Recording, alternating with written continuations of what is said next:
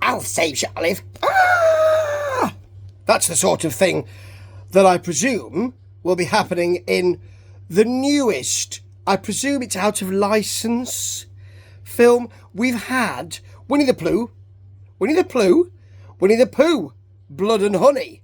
And Winnie the Pooh, Blood and Honey, the second one, I don't think it was called that, but that's better than the first. They've actually taken some money, I think, that they earned for the first one, because they earned, I think, money from it, and put it into the production. So it's actually better. The masks are better, the filming's better, the idea, the scripting is better. So that's at least something. But you've also got things like Goldilocks, Death and Porridge. Well, I mean, have a look at it. It's some of the dialogue doesn't match up. It's as if it was put in later on, post-synced perhaps.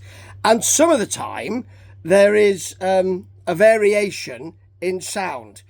And also the main character, Goldilocks, it's three people who it's one of those invasion movies, but I mean, actually, turned on its head, because the people who think they're at their holiday cottage break into Goldilocks' house, and the three bears and Goldilocks are all in masks, and they have evil intent, if such a thing exists, if evil actually exists, or maybe it's created to keep us in line. Could be. That's for a different podcast, isn't it?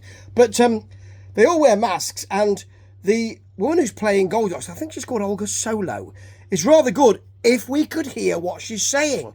So she's got quite a lot of narrative, and it's all like... So anyway, I've sat through all these movies, and the one, is it called Mouse Trap?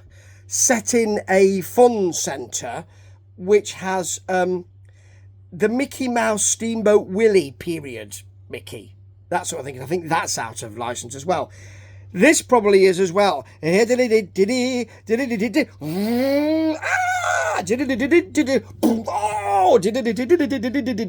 kill me. Popeye The Slayer Man. Yeah. Now, I've only seen the trailer. It's coming out next year, so you've got to wait for it, folks. Oh no! And it's got a load of teens. Check. Going into some kind of canning factory. Check. Very Batman. And there has been an outbreak of contaminated spinach. Do you remember the great spinach contamination in 1986? Don't you remember that? So he's eating contaminated spinach. And of course, he's got those enormous forearms, even bigger than mine. Now, Popeye, it's a bit weird because he's doing, at one point in the trailer, he's coming down a corridor a bit like Freddy, when he does that thing down the corridor. Jesus, with his arms. That scares me, even now. But he kind of tries that, and because he's got such big arms, he just starts smacking, just starts breaking up the wall. It's a bit weird. There's a bit where he's pressing somebody's face and, crushing it. And he doesn't have the voice. I don't know if Olive Oil and Bluto are in it. Bluto was always my favourite character because he clearly had low self-esteem, Whereas Olive didn't. She manipulated both of them. It seemed to me, I don't know, we can have a discussion about that in a post-Popeye world. Oh, it's not post-Popeye, he's back. But what he doesn't have is, how embarrassing, all of that. What he has is, I'm Popeye and I'm going to kill you. He got that sort of usual voice.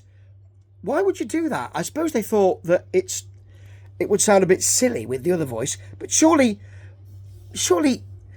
the great spinach contamination, that's a comedy horror, isn't it? Isn't it? God, I can't wait. Ta-ta.